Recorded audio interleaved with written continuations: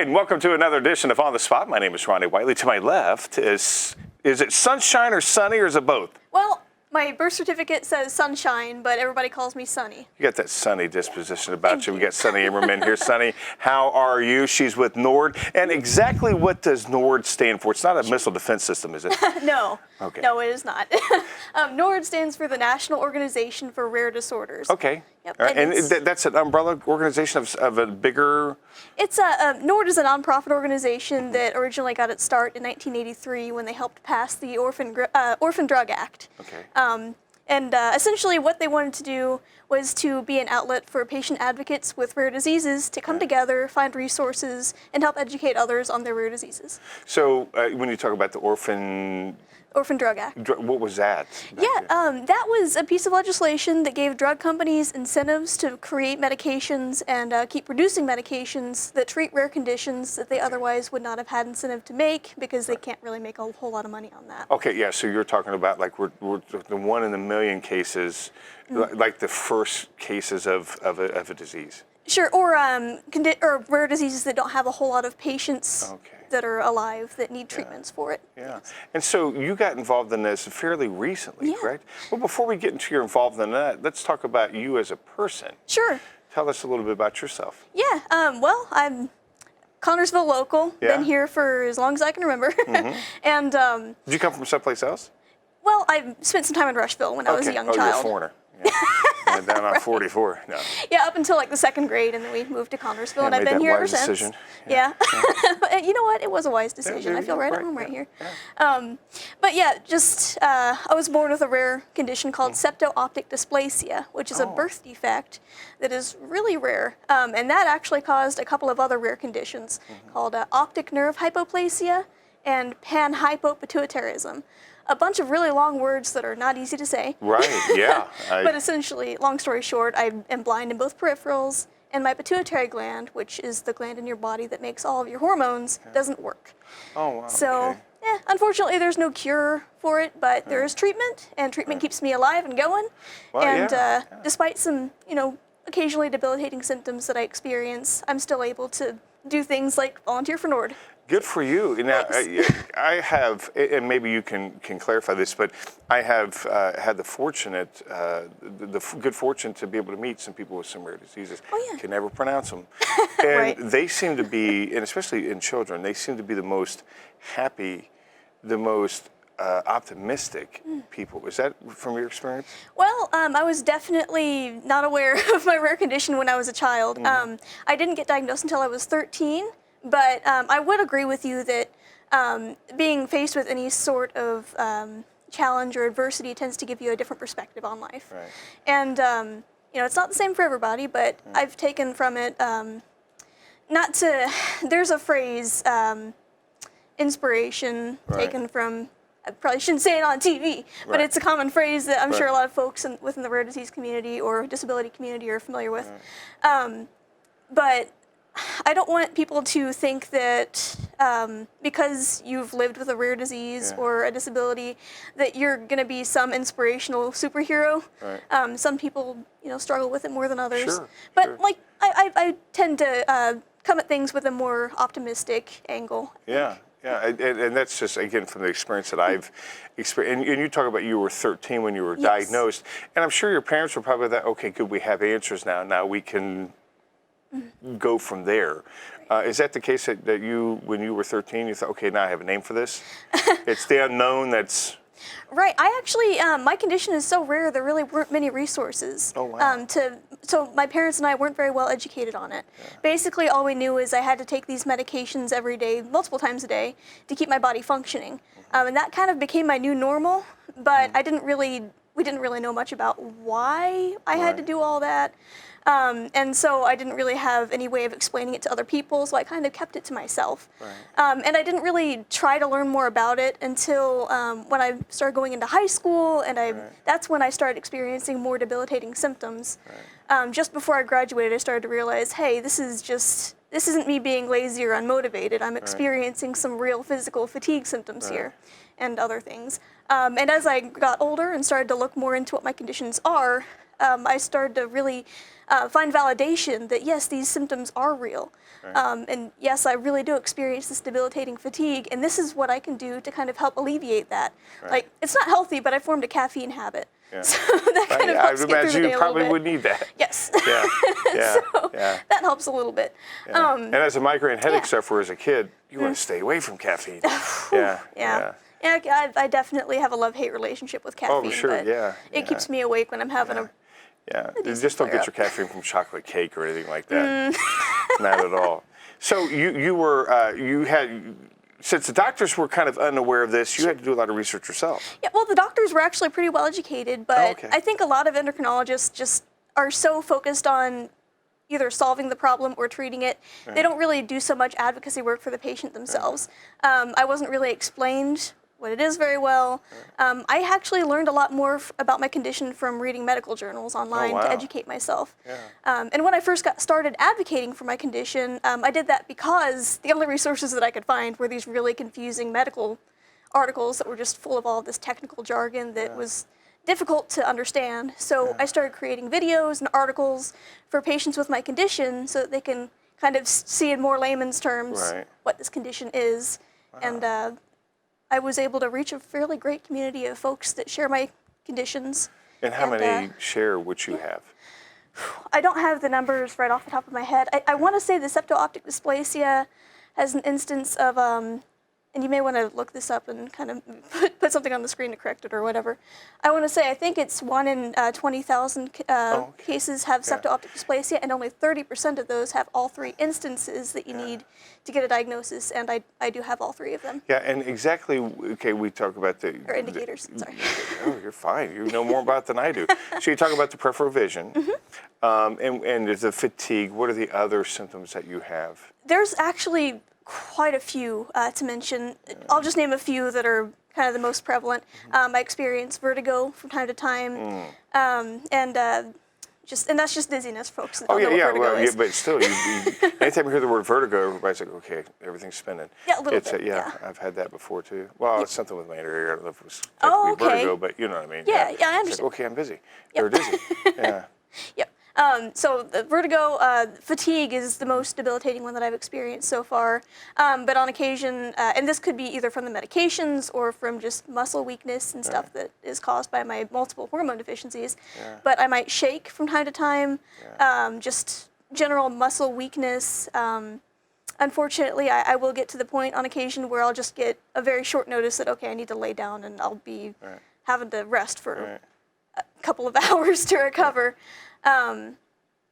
Let's see here. Just I could provide you with a long list of all the really vague, unfortunately vague, symptoms. And from the outside, I look perfectly healthy. Right. So it's difficult for people to understand when you have an invisible condition like what I've got. All of these symptoms that you're experiencing are real and do affect you in a physical way. And that's where your organization probably comes in and helps people out, as far as there's that stigma. Yes. Oh, you're tired. Oh, you're just tired. Like with a headache. If you've never had a migraine headache, you never know. People, that's just. If I heard that 1,000, it's just a headache. Yeah. No, cluster headaches are even worse than migraine headaches. And I've probably had 4,000 to 5,000 migraines in my life. When I was a little kid, I was diagnosed at like 3 years old of migraine headache stuff. Well, that's a woman's disease in their early 20s. And so here there's this little boy. So they got it. And then my one of my good friends, Sandy Burton, her son Matt, who I coached, he suffered migraines, so I really related to him, and knew what he was going through and what they were to expect with his migraines. And so I'm sure that you have learned how to overcome the stigma. Yes, that's actually a lot of what I do personally. Even before I started volunteering for NORD, I was doing a lot of patient advocacy work specifically for my conditions and invisible disorders or invisible conditions overall. There is definitely a huge unfortunate stigma if you've got any sort of chronic illness. And that's something that I really want to break down. And I've found that the more people understand something, the less stigmatized it becomes. So I focused a lot on education and being open, being an example that people that, you can be brave, you can be open about what you go through. And people will see that the more that they're educated on these things, the less likely they are to judge it unfairly. Yeah, and you talked about how to do a lot of research. Yes. You probably have a PhD and you don't even know it from all your research that you had to go. Yeah, and what resources do you tap into? Sure. The National Organization for Rare Disorders has a database of information that you can find on so many rare diseases. And that's rarediseases.org is their website. You can wow, go that's there very and simple. find that. Oh, right, yeah, absolutely. And that's where I found a lot of resources, for rare diseases in general. They also have grants that people can sign up for if you've got rare conditions. They can connect you with some pharmaceutical companies, even though they don't have pharmaceutical companies on their board. They can help connect you with some of their financial assistance programs through their website. But a lot of the resources that I had gone through for my condition specifically was through the Pituitary Network Association, which is another group totally unaffiliated with NORD, but I'm working on that. Yeah, trying to connect them all. Yeah, that's what NORD does. They connect patient organizations and patients. So that's what I'm working on. But the Pituitary Network Association has a list of resources, including doctors that are well educated on our condition, which surprisingly can be pretty difficult to find. Right. And, well, non-surprisingly, I suppose, in the case of rare diseases. But through them, and like I said, through medical journals, sometimes it's not a good idea to rely on Google for medical information, but really that's all I had. So that's where I got my start there. Yeah, good for you. Thank you. You talk about the doctors. Have you found when you were a little before you were diagnosed, and maybe even after, when you're doing some advocacy, because obviously you do some advocacy for other rare diseases, not just what you're going through, because again, the stigma is across the board. Yes. Have you found out that there are some doctors that if what they don't see and what they don't know, they're kind of afraid to take a case on or even deal with any patient? There is unfortunately no shortage of patient stories about doctors that have either not taken them seriously, written them off as hypochondriacs, and refused to do testing that they have asked for to rule out certain conditions. And actually, that brings me to my little friend here. Oh, got a zebra. Yeah. Yes. So the zebra is the mascot for the rare disease community. This was a gift that NORD sent out when I signed up for their Living Rare, Does he Living squeak? Stronger. He doesn't squeak, but he is a little stress ball. Oh yeah. Oh yeah. There you go. Yeah. He's a lot of fun. Yeah. They're coming up with a name for him. We don't have a name yet, but we're trying. We'll come up before the end of the show, hopefully. Yeah. Yes. My vote is for Stripes. Yeah, that is a good name, Stripes. Yeah. Well, anyway, the zebra is a mascot for the rare disease community because of this old medical adage that doctors are taught that when you hear hoofbeats, think horses, not zebras, which is, in short, it means try to find the least exotic diagnosis. Oh, which, right, yeah. For most people, that makes Zebras sense. are pretty exotic. Right, compared to a horse. Yeah, right. Absolutely. So for most people, that makes sense, that you'd try to find the easiest diagnosis. But that makes it difficult for people in the rare disease community to get the correct diagnosis so that they can get the treatments they need more quickly, because doctors are less likely to look for these rare diseases. Right. Yeah, and so obviously, with Stripes here, that's there you go. There's his name, Stripes. So, and it could be a girl. Yeah. We don't know. Yeah, gender-neutral name. Stripes is whatever you want Stripes to be. So again, with the doctors and stuff, and it seems like there's rare cases coming out all the time. Yes. And you talked about you coming up with, it seems to me like you come up with your own coping skills and how you know this disease, you know your diseases well enough, okay, I got to go lay down. And I'm still learning stuff all the time, too. I was But say, for the most part, I've gotten better at it. Is that what you teach? Is that what you teach even with other diseases? Okay, you got to know your body. Sure, and you've come to a really great point there. No matter what rare disease you may have, if you've got a rare condition, you've got a lot in common with other folks that have rare diseases, because you're going to have a lot of similar experiences and coping mechanisms, dealing with doctors that don't understand, all that fun stuff. So basically, when I'm doing my advocacy work, a lot of what I do is try to educate people on how they can better educate their friends and family to break that stigma. And also to kind of point them in the right direction for resources to help with their specific condition. But overall, coping skills are definitely very important when you're dealing with a rare disease, because not only do you have to deal with the symptoms associated with your disease, but that stigma And then, unfortunately, a lot of folks deal with depression and anxiety sure. related to having these diagnoses because you do feel so isolated and misunderstood when you've got a condition that people don't really understand. Well, and this is all normal to you. Oh, yeah. This is all you've ever known, but society looks, have you found yourself, and this again goes through everybody, have you found yourself, okay, how do I explain to an employer that I'm valuable? Oh, right. That I Actually, can work. I had a really great experience. I used to work at Kroger here in Connersville. And shout out to Jacob Sauerland. I know Jacob. Yeah, he was awesome because when I signed up for, or when I want to say, applied for the job I remember there, you. Now that you say that, it's like, poof, I think I remember you now. I was a cashier, I worked in produce, I worked in the liquor store for a little while. Yes. I think I don't remember you from the liquor store, but I do remember you. I want to say Big Sunny on your name. Yeah. Yeah, I think Yep, that was me. But yeah, Jacob Sauerland was the one that had hired me on. And when I was in the job interview, I explained to him, look, I've got this health condition that may affect my ability to work. I had worked in the past and unfortunately had to quit my job because of complications from health issues. Since working at Kroger, unfortunately, I did face more health issues that led me to apply for disability.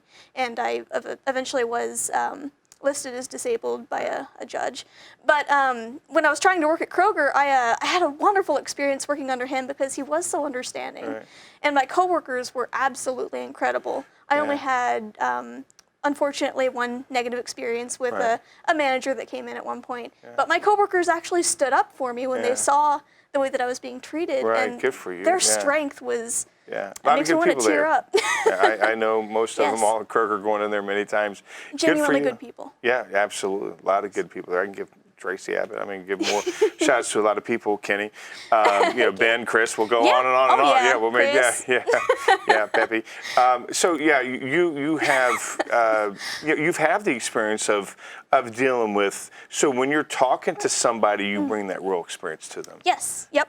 And I actually have the unique experience of growing up without knowing, a lot about my condition. I was essentially told that as long as I took my medications, I would be normal. Turned out not to be true. But I was given the same opportunity as my peers, or expected to have the same opportunity as my peers. So I never really grew up thinking that I'd be held back at all. So I had the same dreams and ambitions. Yes.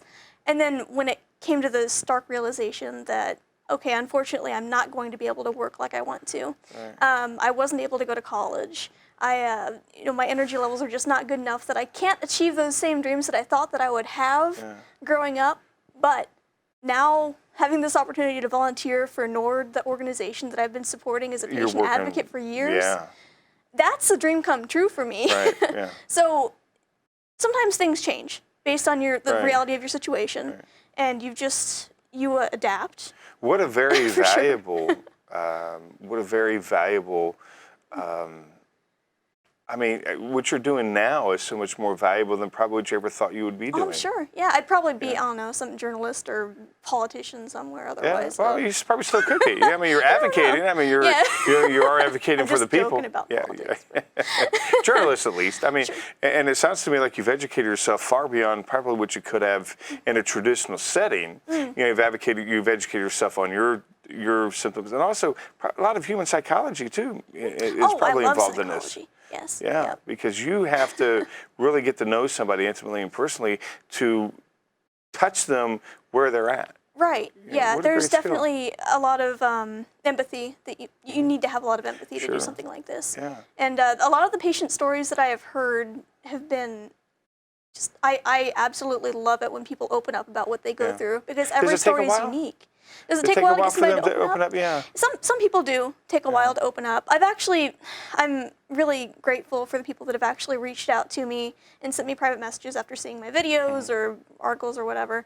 And they say, hey, you being open about your story has inspired me to open up to other people about what I've gone through. And I've watched them become better advocates themselves. And that's awesome. Being able to see somebody take inspiration and actually contribute to the rare disease community and breaking the stigma of chronic invisible illness. It's just, that's what gets me excited. I can't help but dance a little bit in my seat now. Yeah, people expect when somebody parks into a handicapped spot, they expect them to get out crippled.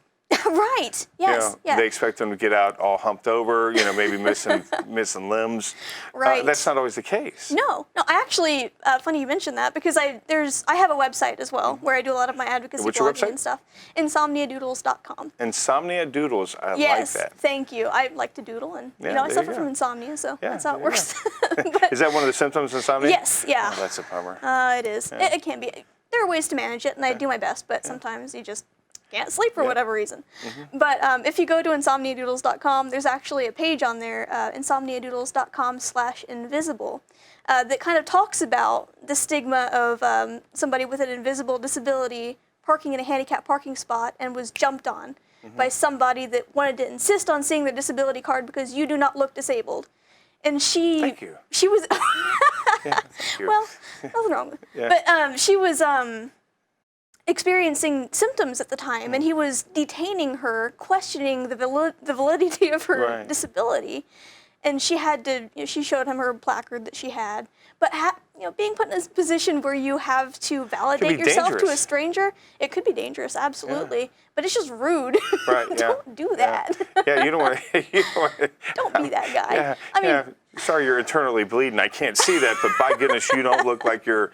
Yeah. Right. That's and, crazy. Yeah, and just putting somebody who's disabled in a position to validate their disability to you is just, not only is it rude, but what's worse, accusing somebody who doesn't look disabled of being disabled, or the alternative. Right. No. Yeah. It's just. I mean, I just automatically assume they have that spot for a reason. Yeah. Yeah. Yep. I mean, you could just, even if it is just some jerk that parked there. Right. Yeah. Right. And that shouldn't happens. be there. Yeah, and it does happen. But even if that's the case, what's worse, letting them have that spot or accusing somebody who is disabled of not being disabled? Yeah, I don't want to make the wrong decision. Right. So, my business, I'm blessed enough to where I, can not need that spot Right, now, yeah. at least.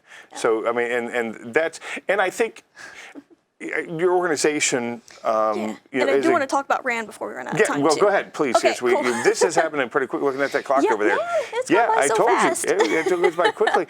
Talk to us about RAM. RAM is the. Is RAN, that, the Rare Action Network. Yeah. Okay. Yeah. RAM. Yes, RAM, okay. like you're running. You're running. Yeah. So just about every state, I don't think every state has volunteers working for RAN yet, but we're working on that. RAN is an organization that was created by NORD to help organize grassroots advocacy groups. Yeah. So I volunteer for Indiana Rare Action Network.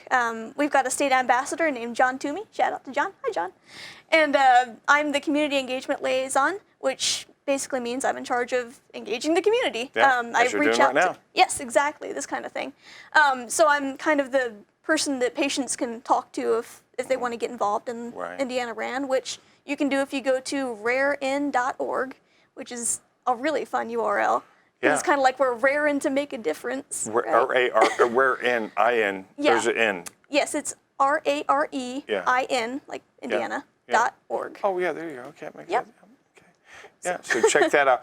And what all do they do again? Yeah, so we reach out to patients and advocacy groups for certain conditions or for rare diseases, and just kind of, we work as a networking tool to connect them with other patient organizations and to NORD. So we work with other Rare Action Network groups in other states and kind of help keep people connected that way. But mostly the really exciting thing that we get to do is we plan something for Rare Disease Day, which happens every year on the last day of February. The most rare day of the year. The most rare day of the year. Sometimes we don't have the 29th. Yeah, that's right. So we Is it make out it every extra 4 special. years? No, it's Yeah. it's every year. Okay. So we have So- it on just the last day of Yeah, February. 20, okay. Yeah, that wouldn't be any fun. Yeah. You said rare day. I'm like, okay, is it every 4 years?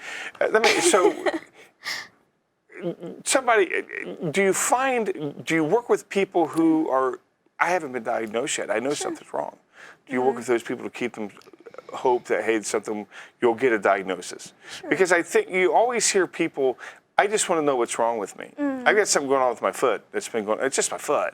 But still, it's like, God, it's been bothering me forever. Maybe I've lost 3,000 pounds. I probably wouldn't have this much pain, but still. That's another thing entirely. Yeah, But I know.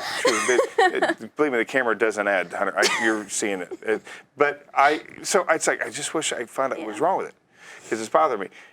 And I think when they have something, where they're going to the doctor over and over again, say, I just wish I had a diagnosis. There was a famous episode of Golden Girls where Dorothy. Yeah, I love that episode. I know exactly what you're talking about. Yes. Where she was going to doctor after doctor after doctor, and she was with chronic fatigue syndrome. Yes. Yep. And went through all the stigma, and they're celebrating. And Sophia goes, "My daughter has a debilitating disease," is what she tells the waiter. Says, "What are we celebrating?" And she goes, "My daughter has a debilitating disease." And it's like, "Oh, great." Yeah. So I guess once you find out what's wrong, you can take action. Yes. But I'm sure you deal with people who, or hopefully you can deal with people who, I don't know. They don't have any answers yet. Yeah. Yeah, we definitely. Children, adults, it doesn't matter. Right. Yeah, and we'll definitely offer emotional support while people are going through that journey. Because that do people is rough. reach out to you when they're going through that, or do they? On occasion, sometimes people will say, hey, I think I have this condition that you have. Yeah. Can we kind of talk about it a little bit? Now, NORD doesn't offer any medical or legal advice. Well, sure. Nothing like that. It's just the support. Yes, the emotional support. Yeah. That's what we're there to do. Yeah. Yes. Yeah, and that's what people need sometimes when they're going through this journey. Maybe there's a parent out there who's a child that Yes. They have something. Maybe Shout not exactly. out to rare parents out there. You guys are awesome. Yeah, rare parents. They may not have what you have. They may have some, and then can they contact you? And I just need the emotional support. Yes. I'm parents. Sometimes it's hard for us to be strong. Yeah. Oh, absolutely. And that's one of the things that I've really felt blessed about being able to help with specifically my rare condition, the panhypopituitarism part of my rare condition. I'm actually in really active correspondence with a lady whose granddaughter has the same condition that I have. She was diagnosed as a baby, and she reached out to me and said, hey, can we talk about what you go through? And I get, picture updates from time to time. We've video called a couple of times, and I get to see this beautiful child getting treatment at such a young age, thanks to newborn screening. A lot of people with my condition are now getting diagnosed at birth. Oh, that's awesome. Thanks to expanded newborn screening. Yeah. Please keep an eye out for that legislation. There is in the works a Newborn Screening Reauthorization Act. Mm-hmm. If that doesn't get passed through Congress, we may lose a lot of the newborn screening that catches these rare diseases. But we're on a tangent there. But please keep going. We got a little under 3 minutes ago. That's true.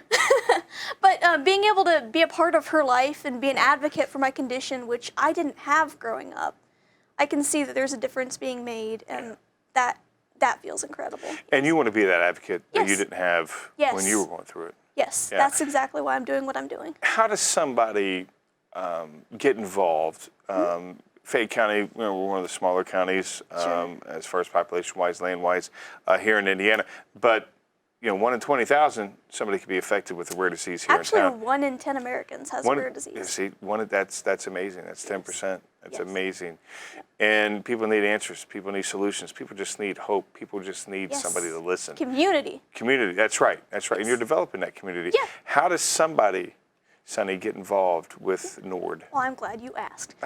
Especially with the Rare Action Network, we do have every 2 months we've got virtual discussion groups where people who have rare diseases in Indiana can join us. If you go to our Facebook page, just search for Indiana Rare Action Network. We're really easy to find. Okay. We'll post whenever we have an event coming up where you can join us via Zoom. We get together. We just had one yesterday. Oh, good. That was great. And you get to share your experience, talk to other rare disease patients in Indiana, and network that way. There's also, NORD is about to have their Orphan Drug Summit, which is kind of calls back to the Orphan Drug Act that they supported when they first got started, and talks about other advancements in legislation that's being considered. And people can register for that on NORD's website right now as well. That's going to be virtual this year because of COVID. So, but those are some great ways to get started. Reach out to, even if you're watching this outside of Indiana, reach out to your local Rare Action Network and ask them what you can do to get involved. Yeah. Absolutely.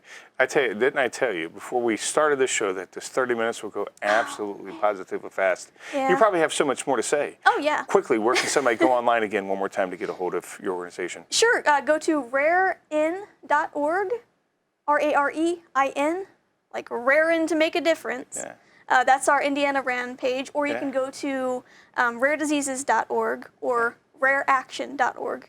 rareaction.org is the full Rare Action Network website itself, where you can find your specific state. Absolutely. Well, I tell you, Sunny, it's been that you've really, to pardon the pun, you've really brightened up today. Thank you. Appreciate it very, very much. Sunny Ammerman from NORD, the Rare Action Indiana Network.